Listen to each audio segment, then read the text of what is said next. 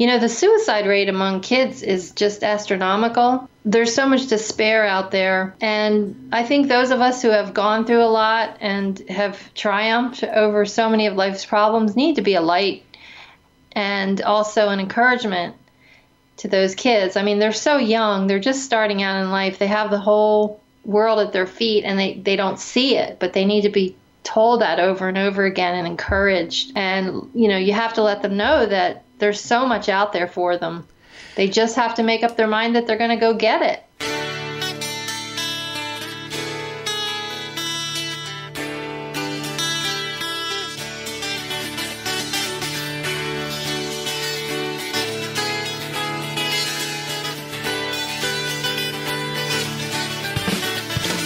Welcome to the Better Each Day podcast radio show with Bruce Hilliard. Today and every day, reaching out for innovative ideas in every way. Today's show is brought to you by your future. It comes with a lifetime guarantee. Make a better each day now, baby. Better in every way. Today's guest is singer-songwriter Luanne Hunt. She's worked with session musicians that have backed everyone from the Righteous Brothers to Kenny Loggins. We'll be talking about 3 original songs and one that's not original that was written for Patsy Cline before Luanne's time. It was never recorded by Patsy, but it was recorded by Luanne Hunt. You have been in the business for a while. How did you get started? What were your influences? Well, when I was a kid, I always wanted to sing. And of course, I grew up in Pennsylvania, so I listened to all the kind of the folk rock acts of the day, James Taylor and Crosby, Stills and Nash, all those people. Oh. They were big influences on me growing up. And I really didn't display a whole lot of singing talent when I was a kid. And that's part of my story that, I was really ridiculed by my family whenever I would try to sing or mention that I wanted to sing. It was it was not a good situation, but I just kind of felt in my heart that was something that I was supposed to do, not necessarily to become a big star, but it was just going to be part of my life's journey. That's a valuable story. I think everybody want to hear that, so go for it. It's true, it's people are inspired by it because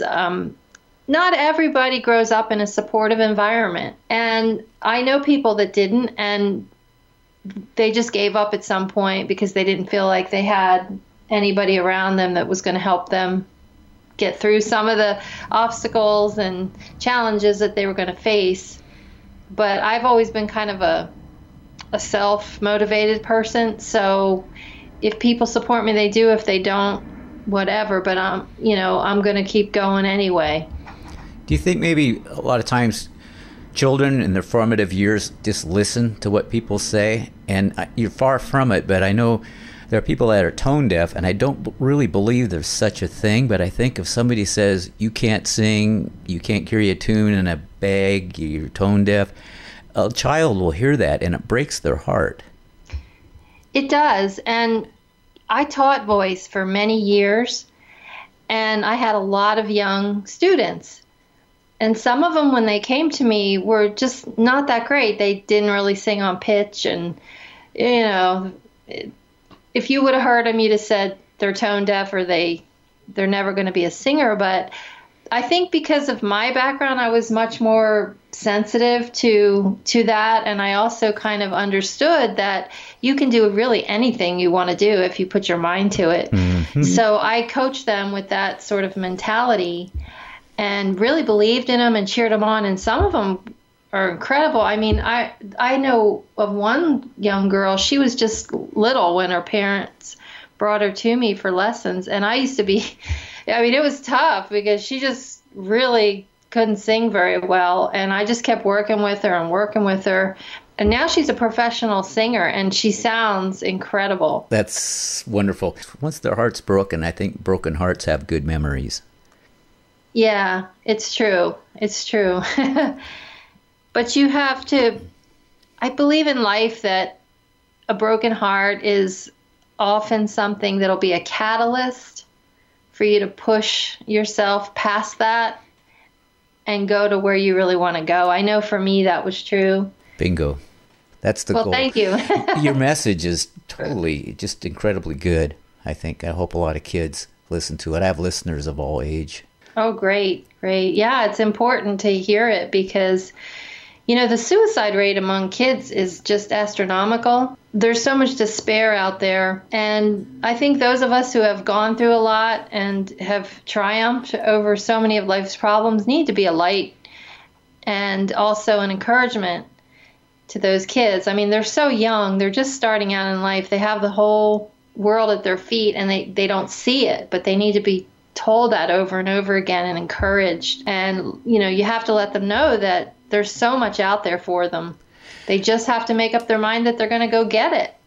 Did you consciously make a point to remember what it was like to be of that age and being vulnerable, being not so in touch with what the world was about?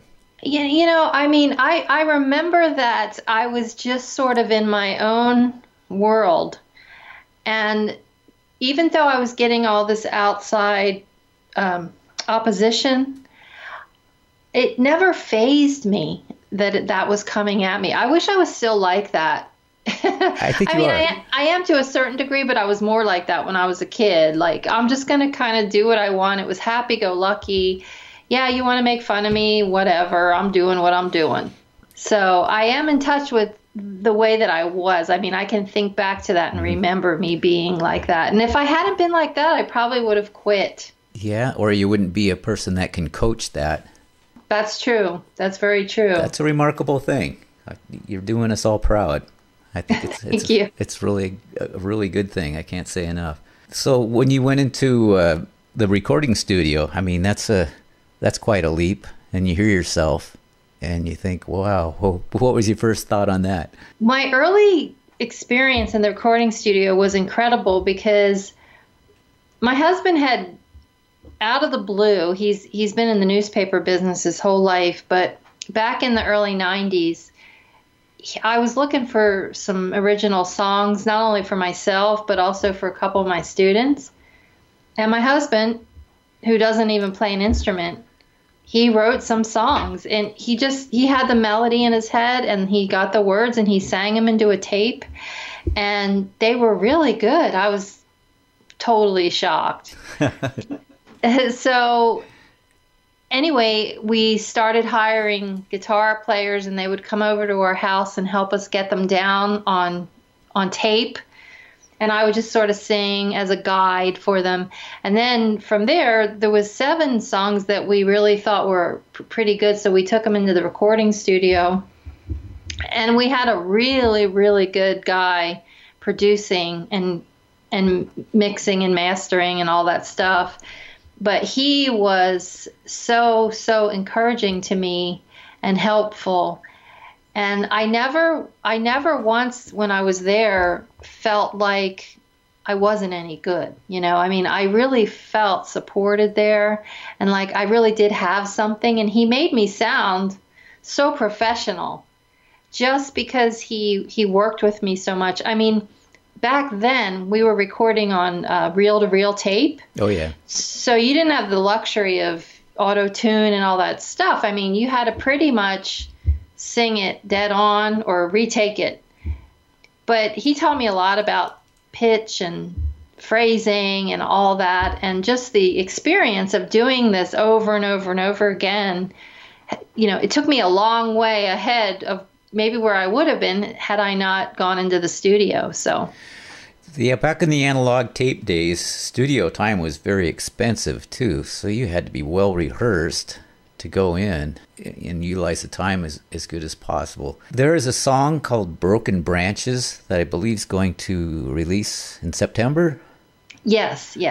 Okay, now that's when your husband wrote the whole thing, wrote the lyrics?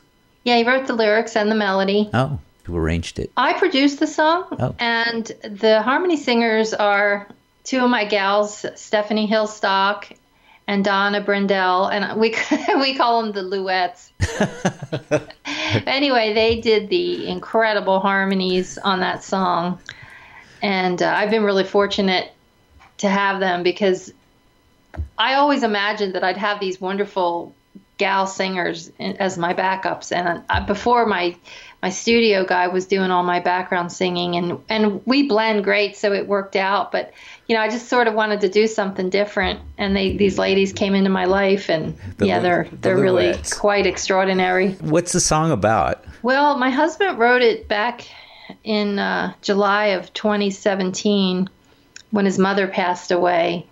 They had been estranged for maybe 5 or 6 years, and he did get to talk to her about a month or so before she died, and they kind of patched things up. But, his family relations have not been very good, and he doesn't really always speak about the way he feels, but he can say it in a song.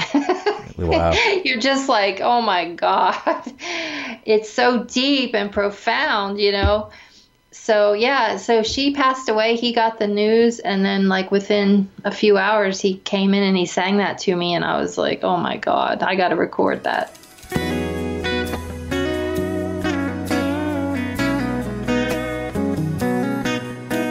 You love 'em and you hate 'em.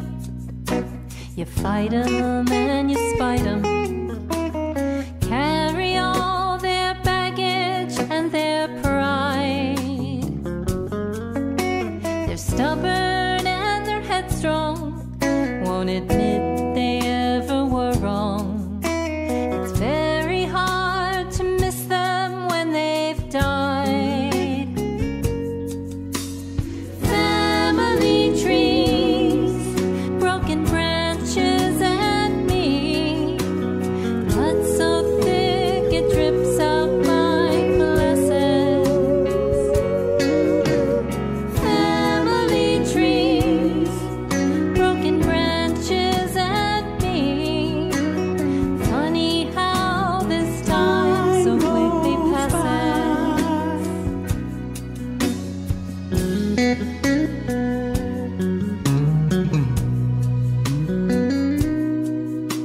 I pick through old photos, black and white, some color, memories from another time. Everyone was smiling, inside I was crying. Always knew my calling was a mine. Family trees, broken branches and me, blood so thick it drips out like molasses. Family trees, broken branches and me. Funny how this time so quickly passes.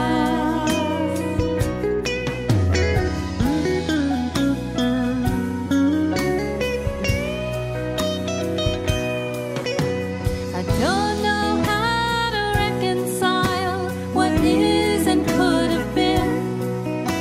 I don't know how to justify a means without an end. Family trees, broken branches and me, blood so thick it drips out like molasses. Family trees, broken branches and me. Funny how this time so quickly passes. Ain't it funny how this time so quickly passes?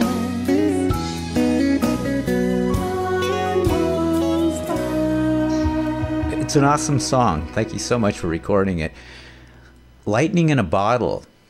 Yeah, and that was a kind of an interesting story. I had gotten an award in 2016 from the Traditional Country Music Association, and they asked me to come to Lamar's, Iowa to accept the award and to perform. And of course, I didn't want to take a band up there because it was cost prohibitive, because this thing was like a free event. So I called this guy who had a studio in Sioux City. His name is Steven Bankey. And I told him I was going to had to sing at this thing, and I wanted to know if he knew any guitar players who could back me up, on an acoustic set. And he said, I can do it. So went up there and we rehearsed prior on Skype and everything. It worked out okay. And when I got there, the promoter had me singing on the first day, like all these back-to-back shows. It was really weird. It was like from 2 to 2:30, then 2:45 to 3:50. I mean, all the way up to the main show. And I thought by the time I get to the main show to get my award and perform in front of the the big crowd, I'm not going to even be able to sing. A test of how good you are. Yeah, so I asked the promoter, I said, can you take me off some of these lists? Because he didn't tell me ahead of time that I was going to have to do all these back-to-back shows. And he's like, well, do what you want, do what you want. And so I asked Steven, because Steven said he could sing and all, and he knew some songs. And I said, would you fill in for me at least on one of these shows? So he did. And oh my God, it's like I was sitting there, in the crowd, like going, oh my God, this is like an undiscovered superstar. And he has no designs on, being an artist or anything in that way. And I was like, oh, this is incredible. So after the event, he invited us the next night over to his studio, and my husband had started working on this song, Lightning in a Bottle.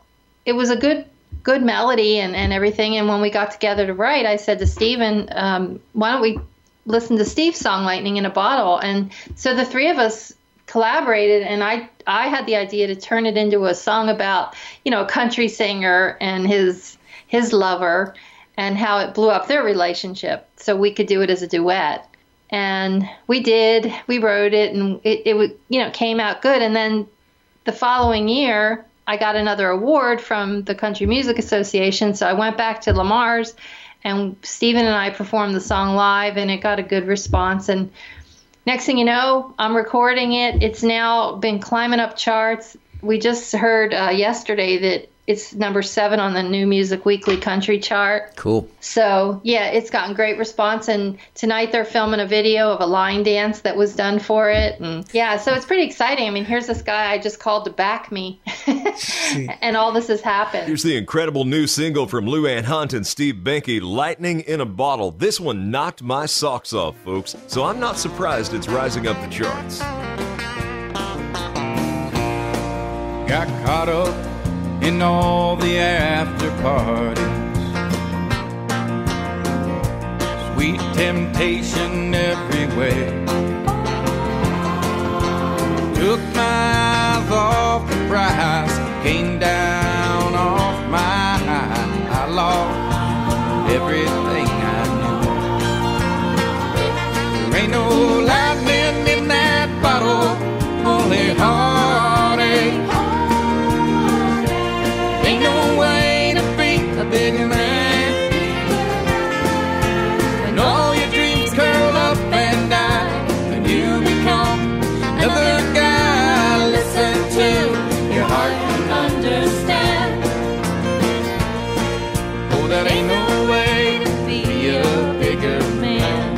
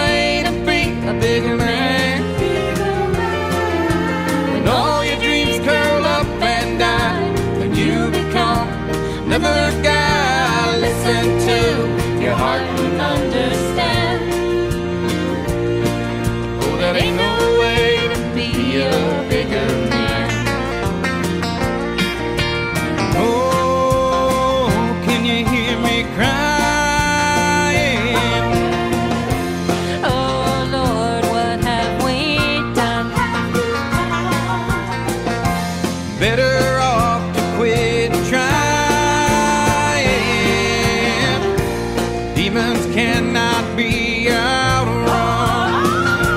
There ain't no lightning in that bottle, only heartache. Ain't no way to be a bigger man. When all your dreams curl up and die, and you become another guy, listen to your heart and understand. Oh, that ain't no way to be a bigger man. No, that ain't no way to be a bigger man. Go forth with a positive attitude, and you kind of just never know where it's going to go, do you? No, I always say, just show up and then the universe will do the rest.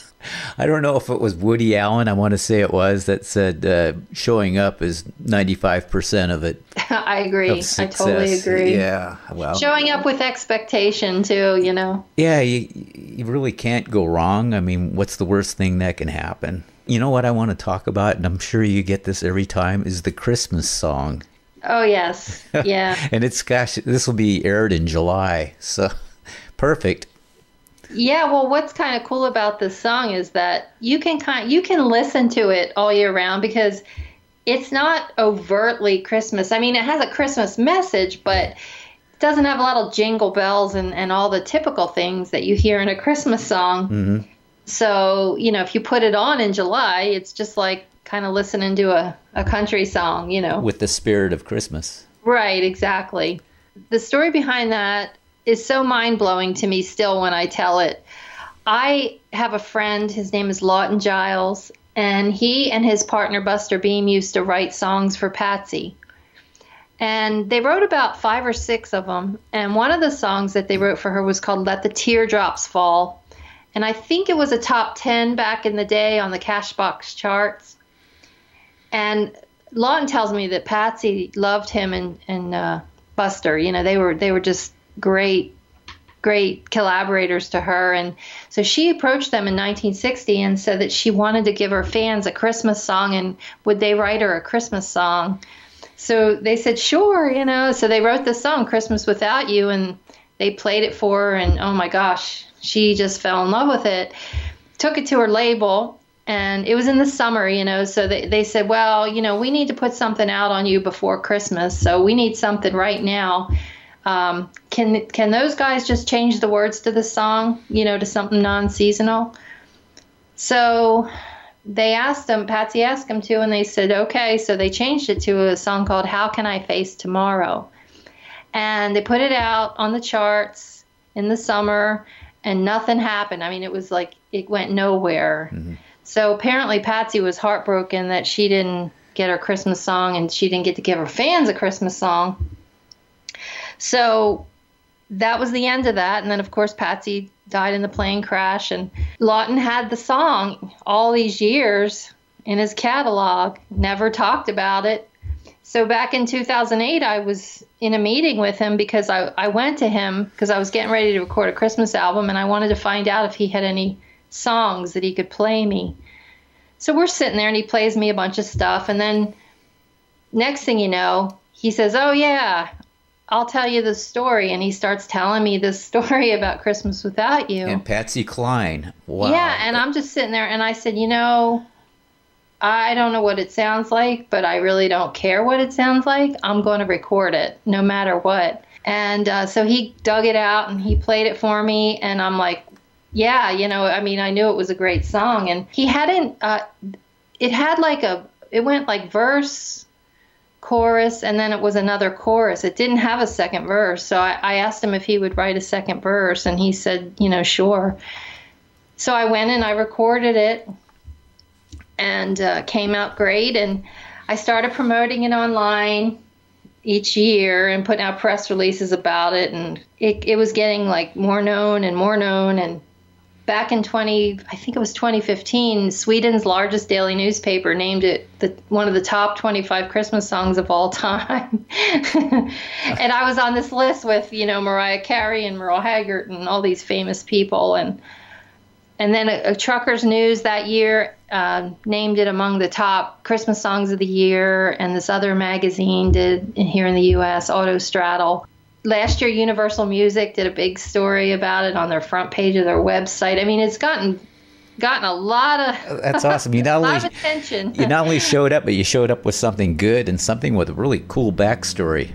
Right, exactly. Yeah, so I always say that sort of put me on the map. I'm glad it's a great song because it is a great story. And so, yeah, I mean, you wouldn't want to tell the story and then have it be like a B song, you know? Well, it's not, it's only just begun. That must be a Carpenter song. Right. But, right. No, it's your Christmas gift. Yeah, and this is why this is mind-blowing to me because I believe that our journey is carved out here before we even show up on the planet. I really do believe that. And we talked about showing up, and I've always shown up for everything that I've been asked to do. And here it was 1960. It was 2 years before I was born.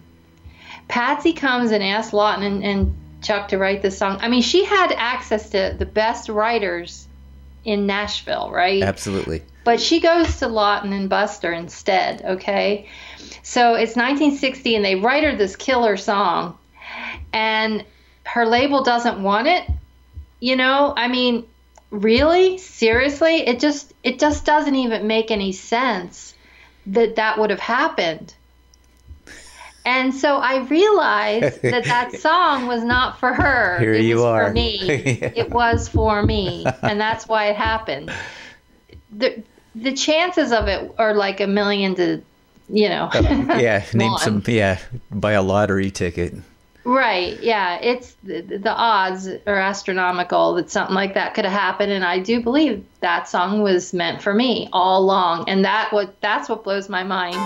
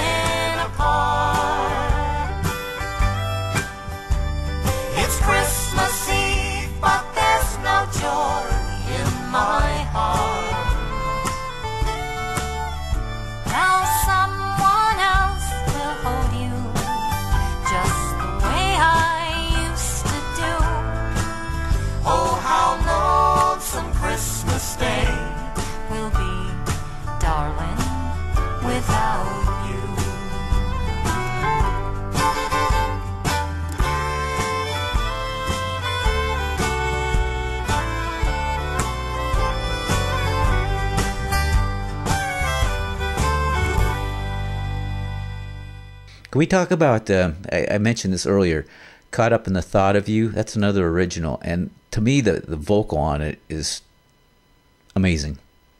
Oh, thank you. Very touching. Thank you. Well, I wrote that after going through kind of a really hard time in my life. And I did this project called Moving God, Moving Mountains, and I wrote a book. And then I had a CD that sort of went along with the book's theme. And Caught Up in the Thought of You was a part of that. And, you know, that song, I remember just coming home one day. I was at a meeting or something with people that were handicapped, severely handicapped, but they were doing incredible artwork. Some were painting with their teeth. Oh, wow. And some with their feet, you know, and these, oh my gosh, what they did was amazing. And I was so inspired by that because I thought, you know, we're so limited here. We feel like we're limited by our physical beings, you know, and we're really a lot more limitless than we realize. And it just got me thinking about our connection to the Creator and how that we will realize, I think, once we are reconnected with the Creator, when we pass from this life, how limitless we really, really were. So I just wanted to kind of be in that feeling that day. And this song just came out.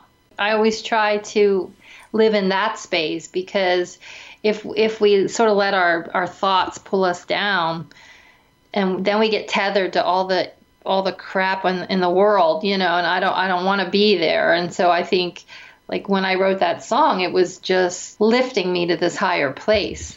You mentioned suicide rate. Boy, I wish I had the answers to that one, but music does come into play, I think, in a good way. Yeah, music really has saved me in all kind of ways. I mean, I had a emotional meltdown back in, I would say it was like the late 90s. I had a pretty horrific upbringing, a lot of violence in our home, a lot of verbal abuse.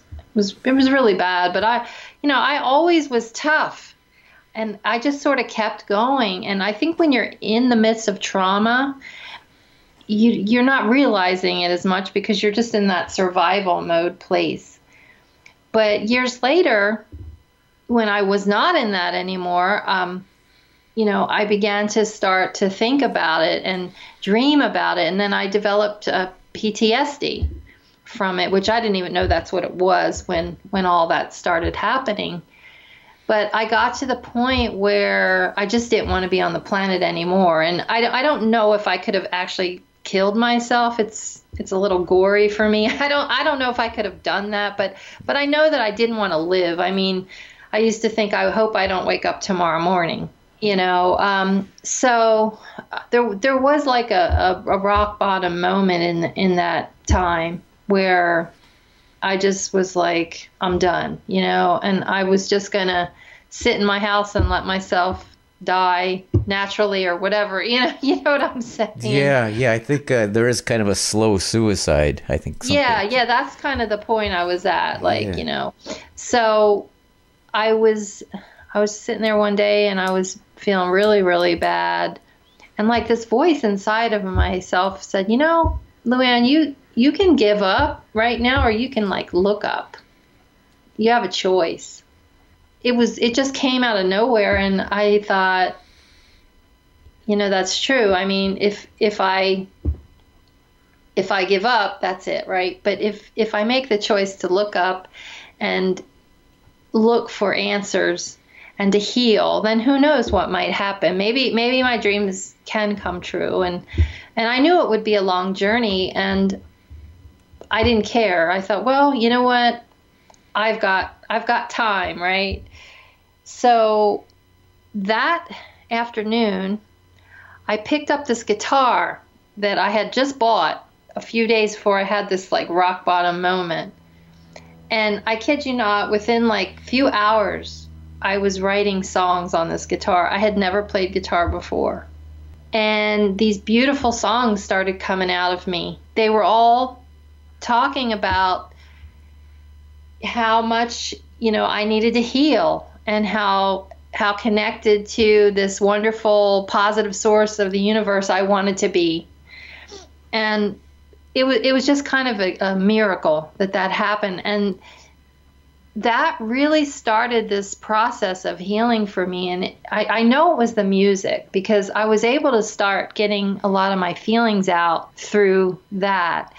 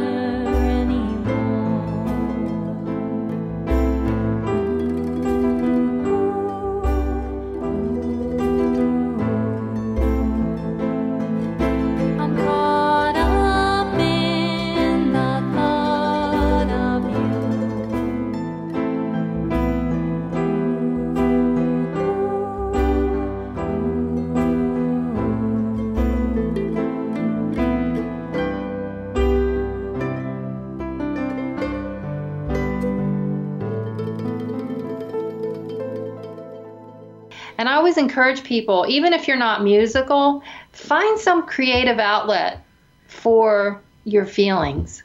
It helps so much. Or some outlet of going and volunteering somewhere, or, getting involved in a community program or something. Something meaningful. Yeah, something meaningful, yes. Something that would be special to you and you alone. Because, there's nothing like that to sort of start turning things around. I think the more you sit around and the more you focus on it, the worse it's going to get. Yeah, the meaningful thing, I think, is underrated, because it instantly makes you happy, and it could be opening the door for somebody, something simple, or it could be starting a foundation for abused children, or, something extravagant to starting a colony on Mars for people with bad acne. I don't know. I'm making this up. Right. Anything.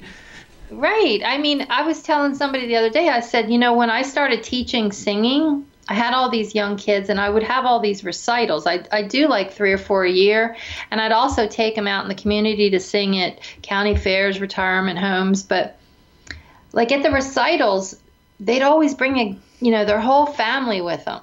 And some of the kids weren't even that great, but it was such an encouraging environment. And when they get done singing, the parents and the family would be cheering and screaming and standing ovations. And I'd be sitting backstage, just tears streaming down my face. And, because I was able to help these kids as far as, putting them in an environment where they were going to be so supportive on their dreams and aspirations, it went a long way for to heal myself, to heal what I had missed out on. So I think the best way to heal is to help. It opens your capacity to love. I think it's hard to articulate. And there again, music can probably say it better than my words can. Oh, exactly. Yeah, you just have to kind of come out of your gloom and doom and go and do something that makes you feel good. Even if it's, going to the local animal shelter and petting the dogs or whatever. Yeah. You know what I'm saying? I know what you're saying exactly. Yeah, sometimes the simplest solutions seem the most complicated for some reason. But yeah, I think I know. The animals know what's going on. Oh, yeah. And, that's funny. During this time in my life, this kitten literally showed up at my doorstep. The UPS man almost ran it over, and he came to my door for some reason. I don't know why, he came to my door. But anyway, he said, "Is this your cat?" And I said, "No." And he said, "Well, here, take him." I almost ran him over. So anyway, he gives me this little cat, and I didn't want the cat. But long story short, we couldn't find anybody to take the cat, and the shelters were full. And he wound up being the most therapeutic thing I had ever known. I mean, he was amazing. And for my husband too, he was a blessing beyond belief. And I think animals are that. Nothing like an animal to cheer you up, Absolutely. They're always your friend.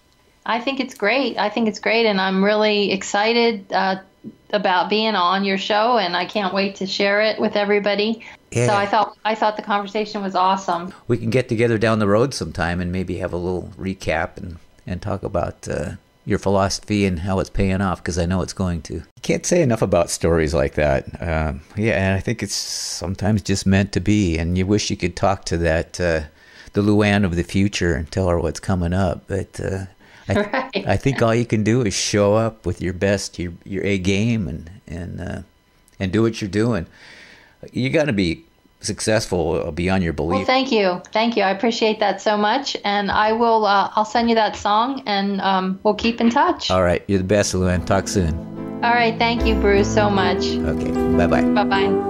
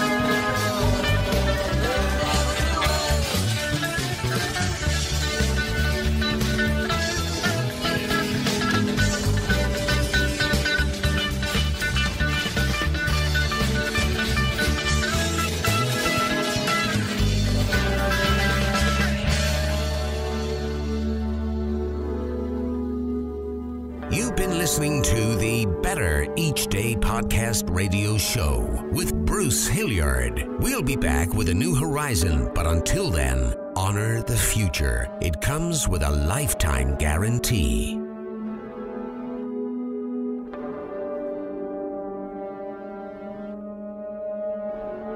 And we're all just trying to make the next day a bit better.